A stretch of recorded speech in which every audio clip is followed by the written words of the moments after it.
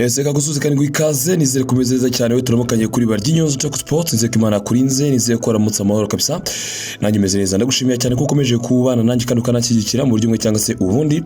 ukora subscribe ugakora share ugakora comment ugakora like ni ibintu bikomeye cyane kuri jewe ni ibintu bimeze support remereye cyane nawe niba utarabikora igihe ni ikintu kugira ngo bikore ni iki kintu kizajya kimbaraga zituma buri munsi nzinduka yerubika nkatanga isaki kubyuka nkaza kugira ngo maze nkugize uko biramutse ibyo mu mikino byose nyuma kandi kazirikana utameze neza cyane muri aka kanya ko impamvu nyinshi zitandukanye z'ubuzima zatuma utamera neza urugeze bari nyinshi ariko nibaze ko utameze neza reka ngo polisi hana wihangane ariko ntago ariko bizaguma igihe kizagira bihinduke kandi bigende neza cyane so ntago nza kuza gutinda rero reka twite cyane n'ibiramutse bivugwa mu mikino ni byinshi cyambere Kirifani Muze Florentino Perez w'ikipe ya Real Madrid agira gutya ari kwitambukira bisanzwe ahantu mu nyubako kabisanza cyane hotel iryoshye abafana batari ko batugaruriye Cristiano bati tuzanye mvana imbwa kagaruka ko yakoreye ati Cristiano atatu 38 y'amavuko ntabwo atajangana kiri yakora none bazaka byatari hanyuma rero akaba abivujwe muri nyuma yuko Cristiano ashaka gusohoka muri equipe ya Manchester United igihe cyo yakerekera bisaba gusa kujyana kandi ntabwo biratungana rero kugira ngo asohoke muri Manchester United umva rero akaba muteye shot agatereka k'imyaka 38 Madrid ntabwo ikora ntibibaho muze yitwa Florentino Perez wanagiranye ibihe byiza na Cristiano ubwo arakiri Madrid kabisa yamuheshe byinshi ariko nyine i Madrid ubundi ndabemera bonde abantu muri Espagne ndabemera bari ya Barcelona iyo bakuciriye nyine baba guciriye iyo buryo bugushizemo bajugunye ku ruhande niko babaye abantu ndabemera cyane twikomeze nani makuru kugira ngo tutaza kuza kubitinda mu Paris Saint-Germain ku mugoro batangije igitero kuri Manchester United cyo gushaka kwitwa Rashford nkuru tubwira ko no musosi gajumwe ko kubasezerano ngo bagiye kuba baganira na Manchester bakarekona babigenza ikabahereza witwa Rashford PSG rero ikaba batuga ko yatangiye ibiganiro kuri Manchester United kugira ngo areko babahereza n'umuvandimwe w'imyaka 24 ibiganiro kwa bitangije n'umuvandimwe witwa Rashford ni mukuru we kugira ngo areko babona n'umuvandimwe rero gusa Manchester ngo bari relaxed cyane ngo nubwo asigaje umwaka umwe kuri contrat ye ngo ntabwo atekereza kuba batandukana na Rashford rero ariko Paris Saint-Germain igitero cyo yagitangije ikipe twa Manchester rwose nuko natubivugaho cyane mutubabare natwe ntago ari twe ni inkuru zizana kandi zizanye ntago twabara kutazibabwira ariko kandi amakuru akomeza i Manchester tubwira ko ngibya anatuvice ko byagenze ngo nako nibya Andre Besha kuza kugenda abantu batangiye kwiha Manchester ngo bahita ngo ngiri gukora transfer kuri Twitter ngo iri kugikorera trials ngigiyageza ngikarikorera kuri TikTok ariko umupira ukawukidera kuri Facebook ikibyumviro natangiye ni nkuru yanditswe na chief sport writer wa Daily Mail witwa Martin Samuel ngo Manchester ngikora transfers kuri Twitter ngo ngiye gukora trials nyine cyangwa se amagerageza kuri TikTok ariko umupira ngikawukinira kuri Facebook akungako ngo kajemo ngo nyuma yuko nyine ibintu bya Manchester ngo iri itangazamakuru cyane ntago bise bikujye mu bikorwa ngo nibyo itangazamakuru cyane kuko akabarega abantu benshi n'abanyamakuru hirya bifana zino kipe za Manchester usanga ari kipe zabo cyane so ikipe Manchester nayo mu bibazo ngo bakabiteguye ku backing Thomas Tuchel mu gushakisha uburyo abantu mvana witwa Pierre-Emerick Aubameyang banakoranye cyane ubwo yarari kirimo equipe ya Borussia Dortmund ko muri Dortmund yatsinze 79 mu mikino 95 ya mukino so atete rero ngo kipe Chelsea kabiteguye ku backing ndetse yewe ngo na dressing room yose ngo batigije ko na babonye n'umunyagabo rero akaba yaza muri equipe ya Chelsea akaba rero imushaka cyane mu gite itegereje rutayizamu waza kuza muri equipe ya Chelsea kaza kuza gutwara bakatwa kujya kano kanya rero ngo ibyabo biracyari gupendinga ntago biratungana icyakora abacyapushinga cyane mpamvu bari gupushinga bano ko babona hari ikintu cyashoboka reka dukomeze tubihanga amaso dutegize tureko biza kuza kugenda hanyuma makuru atandukanye kuvuga kandi muri FC Barcelona ishobora kuzagira abakinnyi igerageza kugurisha kuri uyu wa gatandatu ubwo rarigiza bitangiye mu rwego rwo kugira ngo barebe ko babasha kuregistaringa signing zabo nshya muri La Liga ibi ngibi rero nubwo biri kuvuga gucenga ikipe ifite ikizere ko nibura batanu bashobora koza registaring batanu ni bangahe muri batanu ubwo bivuze ngo arabakinnyi bashya kuko bashya ntabwo bashya barenga batanu harimo Lewandowski harimo Christensen we ni babiri harimo Rafinha batatu Dembele ni wa kane barafatwa nk'umukinnyi mushya gatanu ni ndero Frankes ni wa gatanu Jules Koundé ni wa gatandatu buriya nanone zafatwa nk'umukinnyi mushya kongera amasezerano ejo bundi Sergio Roberto nawe n'undi wa karindwi bivuze ngo harimo abakinnyi nk'abiri bashaka kuzasohoka muri FC Barcelona ko byagenda kose byaba byiza tubonye nta n'umwe usohotse ariko harimo nk'abiri bashaka kuzasohoka muri FC Barcelona gusa tuzadukomeza kujya tubikurikirana cyane hanyuma muri Manchester n'ubundi ari inkuru yasohotse ku mugoroba itubwira ko Ralf Rangnick ari umuntu wagiriye inama Sasa Karadzic wo mu petit équipe ya Stuttgart kutajya muri Manchester United yarabwiye ati petit frère oya wijya muri Manchester United ishaka kandi wiyekiriza umusore w'imyaka 25 uri umwataka wa Rutahizamu akaba rero ahujwe n'amakipe menshi atandukanye arimo na Manchester United muri no mpeshyi ariko umuze witwa Ralf Rangnick umutoza w'ikipe y'igihugu ya Australia waranyuze muri Manchester United akari umuntu amugira inama y'abwatoya wijye Manchester byihorere kabisa nta kintu kirimo umuvandimwe rero yumvira sambwa yatereka reka bonanye nta handi buke Ishami ry'umupira w'amaguru ku isi FIFA ryamaze kwemeza ko igikombe cy'isi cyo muri 2022 aho gutangira ku itariki ya 21 y'ukwezi kwa 11 kizatangira ku itariki ya 20 y'ukwezi kwa 11 kugira ngo bemere igikombe kugira ngo bemere igihugu cya Qatar gutangira irushanwa ry'igikere cy'ipe y'igihugu ya Equateur mu kiruzabera uzabera iduha ibingibi bikaba byajemye ko abashinzwe gutegura rino rushanwa basanze kugira ngo rizagende neza cyane kugira ngo imyiteguro yari cyangwa intangiriro zaryo zigende neza cyane n'abanyakatari baryumvamo ariko ikipe y'igihugu ya Qatar igomba gutangira ikina uyu mukino wa mbere kurenza anime equipe ari impamvu rero ku itariki ya 20 y'ukwezi kwa 11 nibwo tuzatangira kugeza imikino igikombe cy'isi abashaka kwamamaza igihe ni ikingi kimuze kuri Radio 1 cyangwa se munyandikira kuri email yanjye BARYINYONZA @gmail.com cyangwa se munanyandike ku mbuga za nkoranyambaga unsabe nimero tubiganireho nta kibazo gitoya cyane ariko tugira uko tubigenza ubundi mu gikombe cy'isi uzahatwika hanyuma ikipe ya Soton mu boss witwa Ralf Hasenhuttl amakuru kutubwira ko ngo amaze gutera icyizere abakinnyi ngo nyuma gutungurwa no gusanga uburyo basigaye bitwara muri dressing room ngo uyu mutoza ngo ntago yirukanwe ariko ngo amaze gutera icyizere abakinnyi uri kubyumva ngo abakinnyi ngo bavuganye na chief executive y'equipe mu mpera za sezishize nyuma yuko ikipe ya Saints cyangwa se Southampton yamaze gutsindwa imikino 10 mu 13 ngo iki gihe ngo bari babaye cyane ngo umutoza bari bazikazirukanwa ariko ngo kahaguma kwagura abatoza abakinnyi bashaka kwirukanisha abatoza ngo bashakaga ko nyine ngo umvaga hasoro hatazirukanwa ariko ngo batungwe no kubona ahaguma umva rimwe nawe muri ngo amaze gutera icyizere abakinnyi cy'igihe cyane kabisa ngo yari abatera icyizere azi neza ko nta kintu bashaka kuzakora okay ikipe ya Man City yamaze kurikita umudije yazanye umudije kabisa kuza ku DJ Etihad hariya afite umwanya we azajya yicaramo akadigira abafana yamade wango yazanye n'umudije musho kudadigira abafana muri half time na cyase na mbere ya match ubundi bakaryisi bakumva imiziki iyi miziki bashaka kumanga imyinshi ngo nizabicurangwa na Erling Haaland ngo nuzajya hitamo akora ka playlist hari agatangira avuga ati manze mu kinyo muziki bana niza kuza kudushyira muri mode twica amakipe anga abana makuru y'umutwe numva sekejera barakrise umudije bateyana kuri wa gatandatu match ya City bafite umudije yaza ko arimo hariya yayabambye ambone hatari hanyuma kandi bane bakomeje kuvuga ikipe ya Chelsea iracyageze ko bishoka byose kugira ngo kwebona Wesley Fofana Brendan Rodgers ku munsi w'ejo afite ibintu yatubwiye atuga ko Fofana ngatagurishwa ngari umukiri bacungiraho cyane ariko nibibuza Chelsea gukomeza gutera ikipe yari ishaka amafaranga miliyoni 80 z'amapaundi Chelsea kuzitegura kugira ngo ijye kureba uko byagenda kuri umva ngo witwa Wesley Fofana ibinyamakuru bitadawutingaho abakomeye mu mupira batadawutingaho umukinnyi uri fast umukinnyi calm umukinnyi muremure umukinnyi ukomeye mbese ngo yana yujuje byose byamugira umukinnyi mwiza cyane so turaza komeza kugerageza turebe kuko niba umuvandimwe witwa Wesley Fofana ikipe ya Chelsea kuza kumwegukana ibyo nagubirangira naka kanya iracyakukuza papa iracyakukuza kugira ngo ukuntu bagenda Tottenham Hotspur mu bakinnyi yamaze gusiga hanze batakoze imyitozo barimo tangwa indombere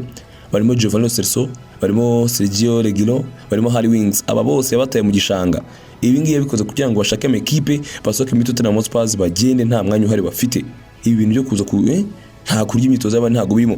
mu gihe Man City naho ngo bari hafi kwanonsa umusore witwa Sergio Gomez kuva muri equipe ya Anderlecht mu gihugu cy'Ubirigi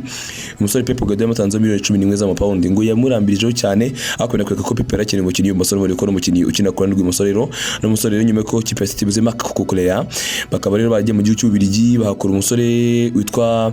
Sergio Gomez kuva kuri 11 zishaka kuziyongeza zikagera kuri 16 n'ama add-ons najyaho ubundi bakareba ukuntu byagenda numva rimwe bikaba tubwira ko ngo nta cyo kimwe gisigaye ari buze kuza muri ekipe ya Manchester City. Ikipe ya Tottenham Hotspur rero nyuma y'uko ngo imaze kwirukana abakinnyi bose ikakora mu myitozo call up ya mbere yabonye ne muri ekipe ya Villarreal ndetse na Napoli bashaka kwitwa tanga indombere barabashaka hasi hejuru ngo rero ukuntu bayagenda witwa tanga indombere rero yaba ikipe ya Villarreal ikipe ya Napoli nizo kipe za mbere zabanje gutera zisaba uyu muvandimwe. Ibi ni ibintu zo kuza gukomeza gukurikirana cyane tukajya turi ukuntu bimeze no kurubizo biri buze kuza gutwarwa. Everton nayo ikaba imaze gukora move muri Southampton bashaka umuvandimwe w'umwataka witwa CR7 bakamushaka rero n'umusore w'umunya Scotland cyangwa se Ecosse akaba yagiye gukina Merseyside ariko Frank Lampard rero akaba ari guhana competition itandukanye mu gushaka n'umuvandimwe kuko n'ikipe ya Wolves, Wolverhampton Wanderers, Leeds United ndetse na Nottingham Forest zose zirashaka gusinyisha uyu muvandimwe w'umunya Scotland araza kuza kumubona. Izi nkuru tuzadukomeza kujya tuzikurikirana cyane turebe ukuntu bimeze mu gihe amahirwe menshi cyangwa se reka mbyite ngo ni percentage iri kugenda izamuka kuri Frankie de Jong mu kujoininga equipe ya Chelsea kugira akakanya. Uburyo bihagaze aba muri betting ariko nako iri kugenda bizamuka cyane, chances zikwiyongera cyane kuri Frankie de Jong kugira ngo yerekeze muri equipe ya Chelsea ku buryo Thomas Tuchel ngo atangire kumutekereza rwose ngo umuntu nzi neza ko azishimiye cyane kujya muri mediane ye, ariko ngo akabe n'icyo kintu kigiye gutuma ikipe ya Chelsea yemerera Conor Gallagher ko yasohoka ikaba yamutiza. Amakuru avuga ko shaka kongera kumutiza muri Crystal Palace, turacyakomeza kubikurikirana cyane kugira ngo turebe ukuntu bigenda, ariko ibyo ntiyashoka cyane ko ashaka ko yakongera akamutiza. Turacyabireba cyane kugira ngo turebe ukuntu bimeze. Umuvandimwe witwa Arsene Wenger yongeye guhura n'umuhungu we Aaron Ramsey nyuma yo gusura equipe ya Nice mu myitozo. Yahageze rwose ngasanga umuvandimwe witwa Aaron Ramsey w'umunya Wales ameze neza cyane, ngo bishimiye kongera guhura no kubonana cyane, ngo araganira. Umwana yaganiraga nasabwa atari ko se papa ahantu wantaye ngo kanjya muri Juventus none akakanya nkaba nisanze muri Nice ibintu nk'ibyo ngibyo, avuga atari ko ushaka amafaranga nawe takaga maratse ntabwo ari kuyaguhereza, atari ko amafaranga warayabonye. So ubwo nuko bimeze rero. Umuvandimwe witwa Arsene Wenger rwose muri equipe ya Nice mu gihugu cy'Ufaransa yari yabasuye, agiye gukora imyitozo nta kibazo na kimwe gihari. Mu gihe kandi imani makuru akomeje kuvuga kugera aka kanya ikipe ya Liverpool amakuru ariko tubwira ko ngo mu bafana bafite muri Leta Zunze Ubumwe za Amerika barenda guca kuri Manchester United. Ibi ngibi bikaba bigiye gushingira ku myitwarire y'ine equipe mu gihe gito gitambutse rero ngo muri Amerika rwose ngo ari gukura abafana benshi cyane uburyo bari kwitwara ngo bigutuma rwose ngo bazamuka cyane ku buryo ngo wenda guca kuri Manchester United kujyanye n'abafana muri Leta Zunze Ubumwe za Amerika. Ikipe Liverpool ngiri gukundwa cyane, buri ikipe ikundwa cyane muri Amerika ni Manchester United, ariko ngo Liverpool ngabafana bari kuzamuka cyane. Ubwo turasuhuza n'abantu bose bakurikiye Baryinyonza Talk Sports bari muri Leta Zunze Ubumwe za Amerika. Ubwo namwe nyine ngo mumenye ko nibuze gufana Man U Liverpool yagoteye iri tayari cyane muri kino gihe, ari nako kandi ngo muri Amerika none ngo ikipe ya Newcastle ngo iri kurusha Tottenham Hotspur abafana cyase mu kwinjira mu kipe atarakunzwe. Bivuze ngo akozwe muri Amerika no usanga ari Chelsea, Manchester City, Manchester United, Liverpool, Tottenham na Arsenal. Ariko ngo Tottenham muri rukundo rwayo ngo ruri kugabanuka cyane, ngo rwa Newcastle ngo nigo ruri kuzamuka. So no gukomeza tukabireba tukarukona bihagaze kujya kano kanya. Harakana gato cyane ko muri Liverpool kitwa Sepp van der Berg nigeze kukabwiraho ari gushaka n'amakipe agira kurane mu cyiciro cya kabiri mu gihugu cy'Ubwongereza, arimo Watford, arimo Burnley, arimo Blackburn ndetse n'ikipe ya Sheffield United, zose zikaba zishaka umwana w'imyaka 20 y'amavuko rero ngo abe yajya yagiye gukomeza kuzamura kariyeri. Ibintu tuzadukomeza kugenda tubikurikirana cyane mu gihe Jamie Vardy muri equipe ya Leicester City ngo ari hafi kongera amasezerano muri ino equipe rero nawe ngarifuza kuguma hariya King Power Stadium akarakomeza kariyeri nyuma y'uko imyaka imaze 37 y'amavuko. Urutayizamu ngo Brentford ngo Brendan Rodgers aracyamutekerezaho cyane ndetse ngari mu biganiro kugira ngo ari ukuntu yamwongerera amasezerano akigumira hariya. Manchester United kandi ngiri gutekereza ko Eric Betraberi ashaka kuza kwerekeza mu gihugu cy'Ufaransa muri equipe ya Olympique de Marseille, mu gihe umwana witwa Ethan Lady nawe ngari kujya muri equipe ya Queen's Park Rangers ku ntizanyo. Akaba rero ashakishwa n'umwana akabashakishwa na equipe ya Watford, ariko ngo baba bayiteye inyuma in case yaba agiye muri equipe ya Queen's Park Rangers. Ni inkuti bize kuza komeza gukurikirana cyane. Hanyuma ikipe ya Leicester nayo final igiye gusinyisha umukinnyi wa mbere, umuvandimwe witwa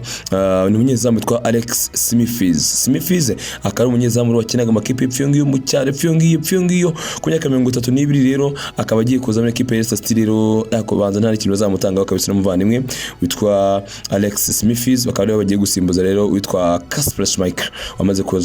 kujya mu gihugu cy'Ufaransa, akaba rero yagiye gukomeza kariyeri. Umusimbura we tayari yamaze kuboneka, ariko ngubanza yanaza n'umuntu ugendanye n'ibibazo ikipe ya Leicester City ibirimo kugira akakanya. Gusa ni inkuru tuzadukomeza kugenda dukurikirana cyane.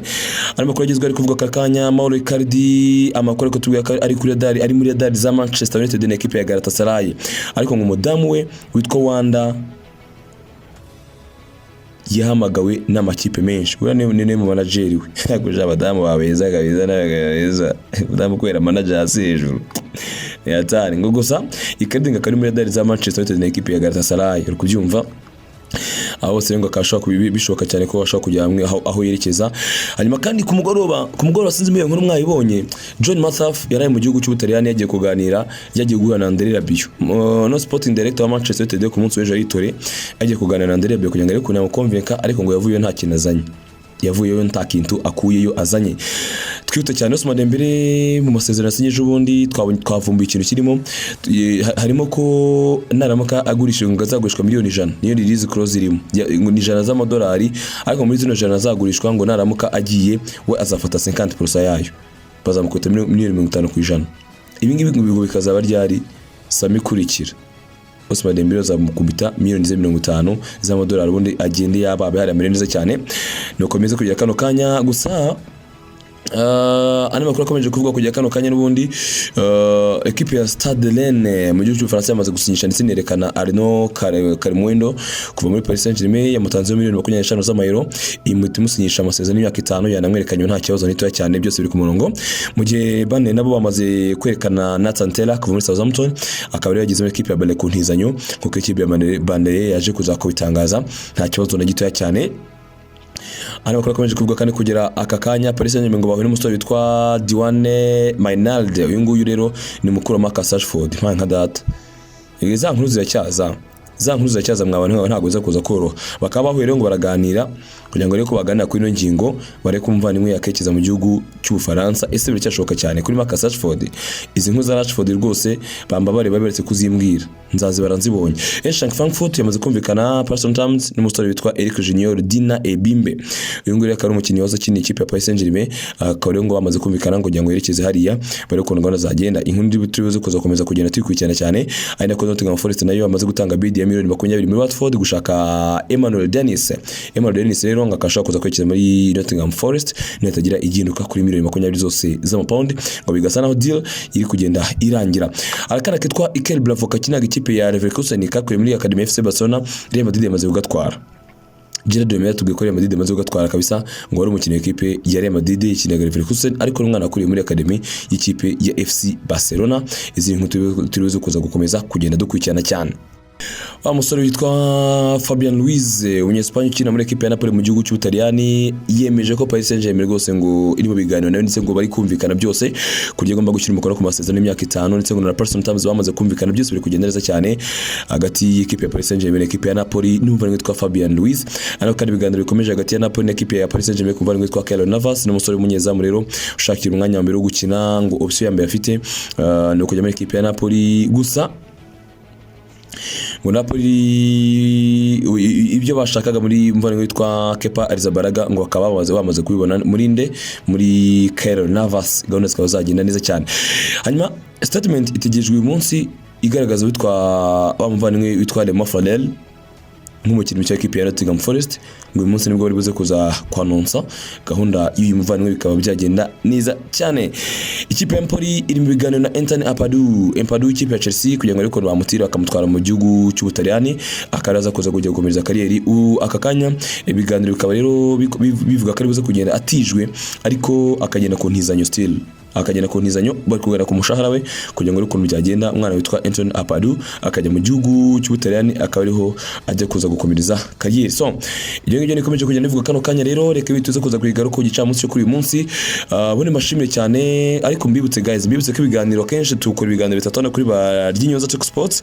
hari cyangwa gitondo kiba cyaramutse ku ibyaramutse bivugwa hanyuma kandi tukaza kumanywa tugaruka kuri topic zitandukanye no ku mugoroba tukaza tuvuga ibyiri mu mikino ni ku bundi umunsi wacanga kuri Baryinyonza Talk Sports ubonateye katwifuza kugira umunsi mwiza rero Imana ibarinde kandi muhahe muronke.